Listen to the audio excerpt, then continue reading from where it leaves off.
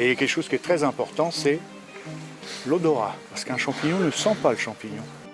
Ne pas se fier aux apparences, savoir reconnaître les bons, mais aussi les moins bons. Et pour cette sortie, c'est à chacun sa technique.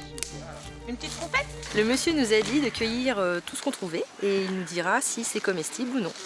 L'humidité, donc là c'est parfait, on a un beau temps avec un petit rayon de soleil derrière, donc normalement, voilà. On devrait parvenir le panier vide, même si pour l'instant, c'est pas ça. Ouvrir les yeux, essayer de reconnaître. Loïc Gélard, 30 ans de mycologie, prône la découverte avant l'assiette. Le principe, c'est pas de remplir des paniers de champignons pour manger, faire de la mycophagie.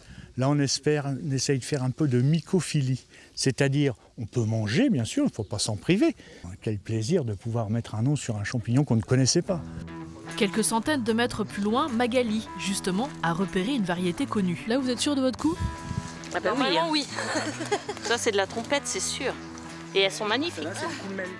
Attention tout de même pour les gourmands, 200 grammes par personne et par semaine sont recommandés, pas plus. Il faut y aller vraiment doucement. C'est réputé de digestion un peu compliquée quand même. C'est pas un aliment, c'est juste un petit plus. Il faut que ça reste un plaisir, donc soyez prudents.